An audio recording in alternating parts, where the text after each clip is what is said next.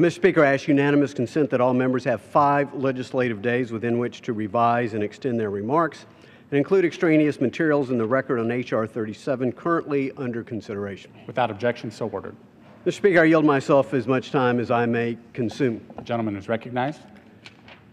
Mr. Speaker, for the sake of the American people, for the sake of all of those who are underemployed, who are unemployed still today in this economy, let us hope that third time is the charm. The bill that is before us today, substantially authored by the gentleman from Pennsylvania, Mr. Fitzpatrick, the Promoting Job Creation, Reducing Small Business Burdens Act. This was on the floor in a substantially identical version in the 113th Congress. In this bill, to ease the burdens on small businesses, on job creators, to help foster capital creation so that people can be put back to work, so that people can have good careers, so that people can pay their mortgages and pay their health care premiums.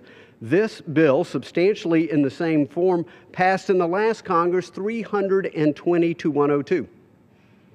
Regrettably, then, the United States Senate, under Democrat control, took up no portion of the bill. So it was last week that a slightly different version of the bill was brought to this House floor, and under what we know is our suspension calendar, which is reserved for bills that typically enjoy broad bipartisan support. Regrettably, it proved to be about a dozen votes short because a number of my friends from the other side of the aisle apparently decided that they were for the bill before they were against the bill. They changed their minds in approximately 7 days. Now, Mr. Speaker, this is a very simple bill. There were 11 different provisions, modest, all of which enjoyed broad bipartisan support, again, which were modest attempts to ensure that small businesses could still survive in an otherwise onerous Washington regulatory climate. And so, Mr. Speaker, we had a bill that even combined, and it is quite common for us to roll up bills for the sake of efficiency, bills that are quite similar in nature. It was 30 pages long. Not 300, not 3,000. It wasn't the 2,000 pages of Obamacare, not the 2,000 pages of Dodd-Frank. It was merely 30 pages. Now, what's included in this bill? Well, included in this bill is H.R. 634, which passed this body 411 to 12. It includes H.R. 5471, which passed the House by voice vote, not a dissenting vote that I recall. It includes H.R. 801 that passed the House 417 to 4. It includes H.R. 2274, the bill that passed the House 422 to 0.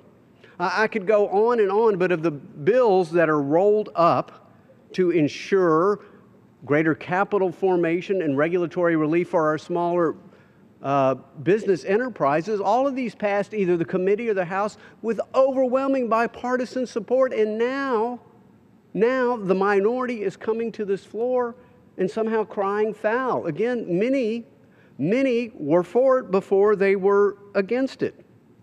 I don't know how we can look our constituents in the eyes and know that even today they continue to suffer in this economy and not do something to help them. So what this really is all about, Mr. Speaker, is there is a division.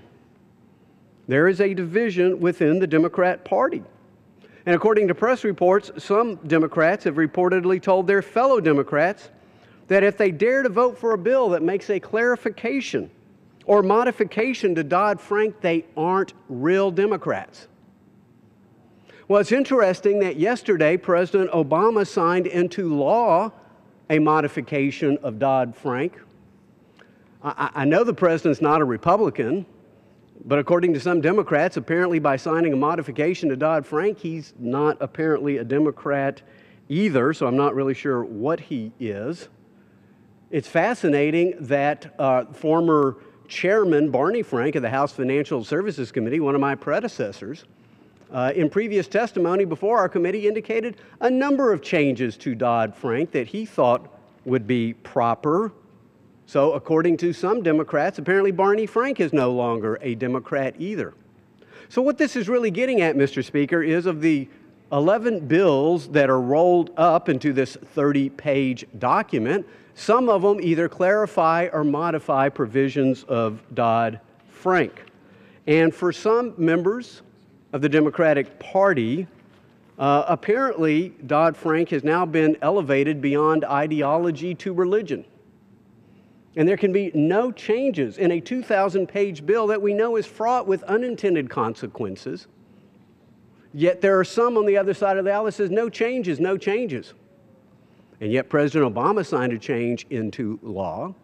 Former Chairman Frank has indicated a number of changes he would consider. It is time to get beyond the religion. It's time to get beyond the ideology. It is time to get America back to work. It's time to start growing this economy from Main Street up, not Washington down, because that isn't working, Mr. Speaker.